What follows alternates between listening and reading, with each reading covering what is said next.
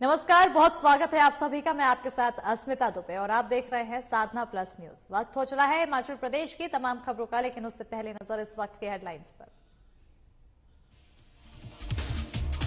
सुदंड हिमालय सुरक्षित भारत का 2 दिवसीय सम्मेलन की शुरुआत। 50 से अधिक एक्सपर्ट सम्मेलन में लेंगे भाग। GIZ संस्था का रहेगा तकनीकी सहयोग। दूसरे दिन भी जारी है बैंक कर्मियों की हड़ताल। 10 लाख से ज्यादा बैंक कर्मी कर रहे निजीकरण का विरोध। बैंक कर्मियों की हड़ताल, कई ATM खाली। नियमों की धज्जियां उड़ा रहा शिक्षा बोर्ड। दृष्टिबाधित अभ्यर्थियों से करा रहा अन्याय। हाईकोर्ट में दायर याचिका करेंगे प्रोफेसर अजय श्रीवास्तव। आज से शुरू हुई नॉन बोर्ड परीक्षाएं। 2 साल के बाद आयोजित हुई परीक्षाएं। कोरोना संकट से बचाने के लिए भी किए गए प्रबंध। 12 साल पहले हुई घोषणा नहीं बना केंद्रीय विश्वविद्यालय। किराए की बिल्डिंग में चल रहा विद्यालय। संघर्ष समिति के अध्यक्ष ने करी निर्माण की मांग।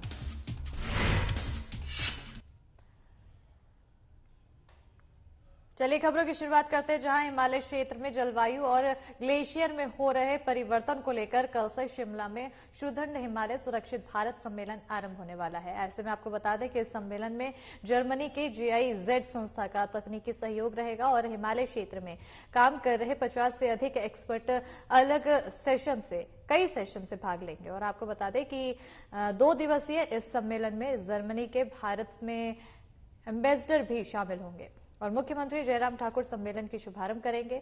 साथ ही आज शिमला में पत्रकारों को जानकारी देते हुए अतिरिक्त मुख्य सचिव प्रबोध सक्सेना ने बताया है कि इस सम्मेलन का मुख्य उद्देश्य हिमालयी क्षेत्र में हो रहे जलवायु परिवर्तन और उसके ग्लेशियर पर प्रभाव पर चर्चा है।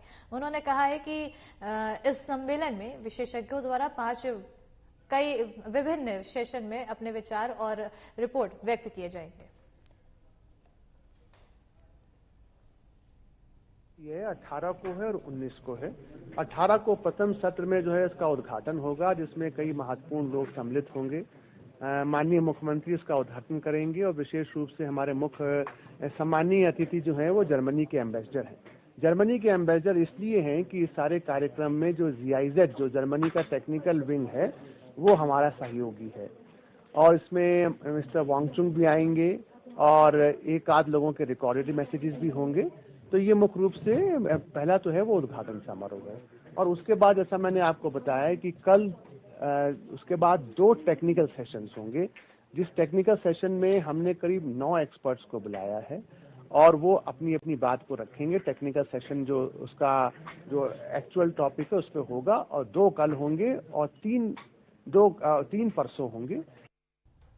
केंद्र सरकार द्वारा देश में सार्वजनिक क्षेत्र के बैंकों के निजीकरण के लिए किए जा रहे वहीं बैंकिंग कानूनी संशोधन विधेयक 2021 का देश भर में विरोध हो रहा है और इस बिल के विरोध में देश भर के 10 लाख से ज्यादा बैंक कर्मी 2 दिन की हड़ताल पर हैं। बताते चले कि हड़ताल के दूसरे दिन भी United forum of bank union के बैनर तले सैकड़ों बैंक कर्मचारियों ने DC ऑफिस के बाहर धरना प्रदर्शन किया है। बता दें कि सरकार के खिलाफ इस दौरान उन्होंने जमकर नारेबाजी भी की और United forum of bank unions के प्रदेश संयोजक नरेंद्र शर्मा ने बताया है कि सरकार संसद के वर्तमान सत्र में सार्वजनिक क्षेत्र के बैंकों का निजीकरण करने के लिए बैंकिंग कानून संशोधन विधेयक 2021 ला रही है।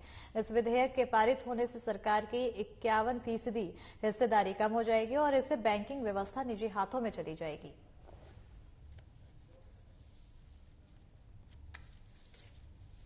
विंटर सेशन ऑफ पार्लियामेंट में जब ये बिल निजीकरण के लिए, जिसका रास्ता निजीकरण के लिए साफ हो जाएगा, बैंकिंग रेगुलेशन अमेंडमेंट बिल, उसमें ये प्रावधान है कि देश के पब्लिक सेक्टर बैंकों में सरकार की हिस्सेदारी 51% से इस देश में कम नहीं हो सकती। लेकिन उसी जो बिल है उसकी अमेंडमेंट सरकार करने जा रही है और उसमें ये प्रावधान जोड़ा जा रहा है कि देश के पब्लिक सेक्टर बैंकों में सरकार की हिस्सेदारी 51%, जो मिनिमम थ्रेशोल्ड लिमिट था वो 28%, 26 से 28% का सरकार करने जा रही है। देश के सभी कर्मचारी और अधिकारियों का ये मानना है कि अगर ये बिल पार्लियामेंट में पास हो जाएगा तो देश के पब्लिक सेक्टर बैंकों के निजीकरण का रास्ता सरकार साफ कर देगी। हिमाचल प्रदेश विकलांगता सलाहकार बोर्ड के विशेषज्ञ और उमंग फाउंडेशन के अध्यक्ष प्रोफेसर अजय श्रीवास्तव ने कहा है कि प्रदेश स्कूल शिक्षा बोर्ड केंद्र और राज्य सरकार द्वारा जारी स्पष्ट दिशा निर्देशों की धज्जियां उड़ाकर दृष्टिबाधित और हाथ से लिखने में असमर्थ अभ्यर्थियों के साथ परीक्षाओं में अन्याय कर रहा है। उन्होंने कहा है कि बोर्ड द्वारा संचालित 12वीं कक्षा तक की परीक्षाओं के अलावा शिक्षक पात्रता परीक्षा में भी दृष्टिबाधित विद्यार्थियों के लिए राइटर संबंधी बिल्कुल अवैध नियम लागू किए गए हैं, जिसको लेकर अध्यक्ष प्रोफेसर अजय श्रीवास्तव हाईकोर्ट में याचिका दायर करने के लिए उठाएंगे। हिमाचल प्रदेश स्कूल शिक्षा बोर्ड धर्मशाला भी दृष्टिबाधित और हाथ से लिखने में असमर्थ विद्यार्थियों के साथ लगातार अन्याय कर रहा है। बोर्ड केंद्र सरकार, दिल्ली हाई कोर्ट और हिमाचल प्रदेश सरकार के दिशा निर्देशों की भी धज्जियां उड़ा रहा है। ये सिलसिला काफी समय से चल रहा है। भारत सरकार ने वर्ष 2019 में 1 जनवरी को गाइडलाइंस जारी की थी कि जो लोग दृष्टिबाधित हैं या हाथ से परीक्षा नहीं दे सकते हैं, उनको दिल्ली हाई कोर्ट के आदेश के मुताबिक 2013 की गाइडलाइंस ही उन पर लागू होंगी। और उसके बाद हिमाचल प्रदेश सरकार ने इस वर्ष इलीगल गाइडलाइंस इशू करा दी, जिसको लेकर के मैंने विरोध दर्ज कराया और राज्य सरकार को उसके बाद अपनी गाइडलाइंस में सुधार करना पड़ा और भारत सरकार के आदेश को उन्होंने माना। आज से नॉन बोर्ड यानी 6ठी और 7वीं कक्षा की परीक्षा शुरू हो गई है। ये परीक्षा 2 साल के बाद आयोजित की गई है। बीते साल कोरोना संकट होने के कारण 6ठी और 7वीं कक्षा की परीक्षा नहीं हो पाई थी, लेकिन इस साल कोरोना के मामले कम होने के कारण स्कूल भी खुल गए और परीक्षाएं भी शुरू हो गई। बताते चले कि स्कूल प्रबंधन द्वारा बच्चों को कोरोना संकट से बचाने के लिए प्रबंध किए गए हैं। वहीं स्कूल के प्रधानाचार्य डॉक्टर मोनिका रानी ने बताया है कि आज से 6ठी और 7वीं की परीक्षा भी शुरू हो गई है। ऐसे में कोरोना नियमों के गाइडलाइन का पालन किया जा रहा है। जी, व्यवस्था तो हमारी तरफ से हमने कोई कमी नहीं रहने दी। एसओपी गाइडलाइंस को फॉलो करते हुए हमने पूरी व्यवस्था रखी है। हमने थर्मल स्कैनिंग बच्चों की प्रॉपर वे में की है। उसके बाद उनका हैंड सैनिटाइजेशन के लिए फिर उनको कमरों में जाने दी है 1 by 1। आराम से बैठे हैं बच्चे, परीक्षा में कोई प्रॉब्लम नहीं, हमारी तरफ से पूरी व्यवस्था थी। हमारे पास 6ठी और 7वीं में राउंड अबाउट 50-50 स्टूडेंट्स, लेकिन कई बच्चे ऐसे हैं जो शुरू से ही ऑनलाइन क्लासेस में भी नहीं रहे और वैसे जो पहले की परीक्षा थी उसमें भी नहीं प्रेजेंट थे, तो अभी भी वही बच्चे थे। बाकी ऑलमोस्ट सभी बच्चे प्रेजेंट हैं। और अब खबर धर्मशाला से है, जहां केंद्रीय विद्यालय के 70% भाग बनने की घोषणा 12 साल पहले हो गई थी और 30% प्रशासनिक कार्य होना था, लेकिन पिछले 12 सालों से कार्य शुरू तक नहीं हुआ है। इससे आम लोगों को और देहरा क्षेत्र के छात्र छात्राओं को फायदा मिलेगा, क्योंकि ये क्षेत्र सबसे पिछड़ा क्षेत्र है। बताते चले कि केंद्रीय विद्यालय संघर्ष समिति इस मामले को लेकर पिछले 10 सालों से लगातार संघर्ष कर रहा है और इसका निर्माण कार्य को जल्द शुरू करने की मांग भी कर रहा है। वहीं केंद्रीय विद्यालय संघर्ष समिति के अध्यक्ष विवेक पठानिया ने कहा है कि आज केंद्रीय विद्यालय प्राइवेट मकान में चलाया जा रहा है, जिससे उनको फायदा पहुंच रहा है।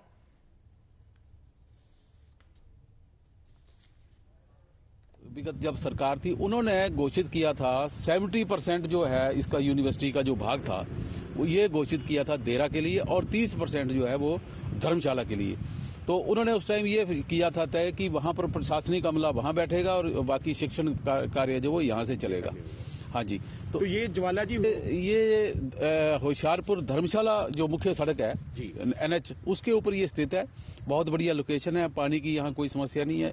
यूनिवर्सिटी फैकल्टी भी कितने हेक्टेयर में 81 हेक्टेयर। हाँ जी, अभी इसकी डिमार्केशन अभी पूर्ण हुई है 10 दिन पहले और अब जो है CPWD की टीम जो है वो यहाँ पर डेरा डाले हुए है, वो कंटूरिंग वगैरह इसका कर रहे हैं।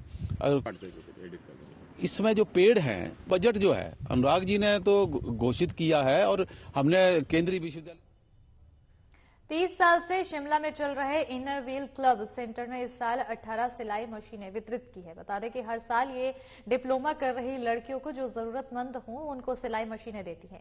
वहीं नेशनल काउंसिल फॉर विमेन की प्रेसिडेंट मधुसूदन सूद ने कहा है कि हर महीने हमारी संस्था जरूरतमंदों को पैसा भी देती है, जिसकी 1932 में राजकुमारी अमृत कौर ने की थी। मैं नेशनल काउंसिल फॉर वुमेन की प्रेसिडेंट हूँ और 30 साल से हम सेंटर ये चला रहे हैं। जो पहले हमारी प्रेसिडेंट थी आंटी सुशील बाल जी, उनकी डेथ हो गई है और वो आंटी ही हमारा सब ये हर साल डिप्लोमा कोर्सेज की लड़कियों को 10 मशीनें देती हैं और पैसे भी देते हैं हर महीने। जो गरीब लड़कियां हैं जिनके पास पैसे नहीं है मशीन लेने के लिए, कुछ लेने के लिए, उनके पैसे भी देते हैं फीस के लिए। और ये 1932 से हमारा सेंटर चला आ रहा है। राजकुमारी अमृत कौर ने इनॉग्रेशन करी थी। 18 मशीनें दी हैं और उनका बेटा है सुशील बाल जी का, चंदर बाल जी, जो बेंगलोर में रहते हैं, पर वो इतने जेनरसली हमें डोनेशन देते हैं और मशीनें देते हैं, हर साल देते हैं मशीनें।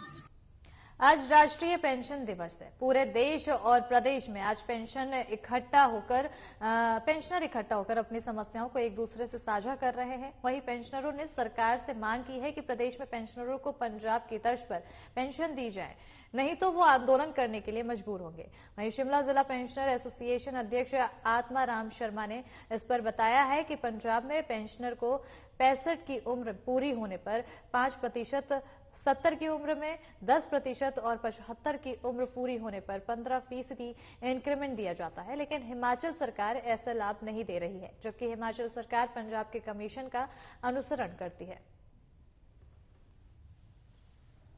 की बेंचेस थी सुप्रीम कोर्ट में और उस टाइम जो चीफ जस्टिस ऑफ इंडिया थे YV चंद्रचूड़ थे, उनकी जो बेंच ने आज के दिन ये जो जजमेंट सुनाया था और उस जजमेंट में उन्होंने मेन ये बोला है कि जो हम अपने पेंशनर साथियों को पेंशन दे रहे हैं, ये कोई हम उनको खैरात नहीं दे रहे हैं। उसका जो नटशल में वो डिसीजन यही था कि हम ये पेंशनर को खैरात नहीं दे रहे। जो पेंशनर ने अपने हेयर डेज में और अपनी जवानी में गवर्नमेंट के लिए जो सर्विसेज दी है, उसके बदले में ये डेफर्ड वेजेस है। और तो बता दें अब कि पंजाब की तर्ज पर हिमाचल में भी पेंशनर्स अपनी पेंशन की मांग कर रहे हैं। उनका कहना है कि पंजाब में जहां 65 की उम्र में 5% की वृद्धि दी जाती है, वहीं 70 की उम्र में 10% और 75 की उम्र में 15% इंक्रीमेंट दिया जाता है। लेकिन हिमाचल में ऐसा कुछ भी नहीं है, और जबकि हिमाचल सरकार पंजाब के तर्ज पे ही पेंशन काम करती है, लेकिन उसके बाद भी वहां पर ऐसी कोई सुविधा नहीं दी है। जब पंजाब के कमीशन के अनुसरण करती है हिमाचल सरकार, तो उनकी मांग है कि अब उन्हें भी उन्हीं के हिसाब से, उसी हिसाब से पेंशन दी जाए, जिसके चलते अब पेंशनर्स लगातार पंजाब की तर्ज पर पेंशन की मांग कर रहे हैं और सरकार को घेरने के लिए रणनीति बना रहे हैं। और इसी के साथ हिमाचल प्रदेश की खबरों में फिलहाल इतना ही। देखते रहिए साधना प्लस न्यूज। नमस्कार।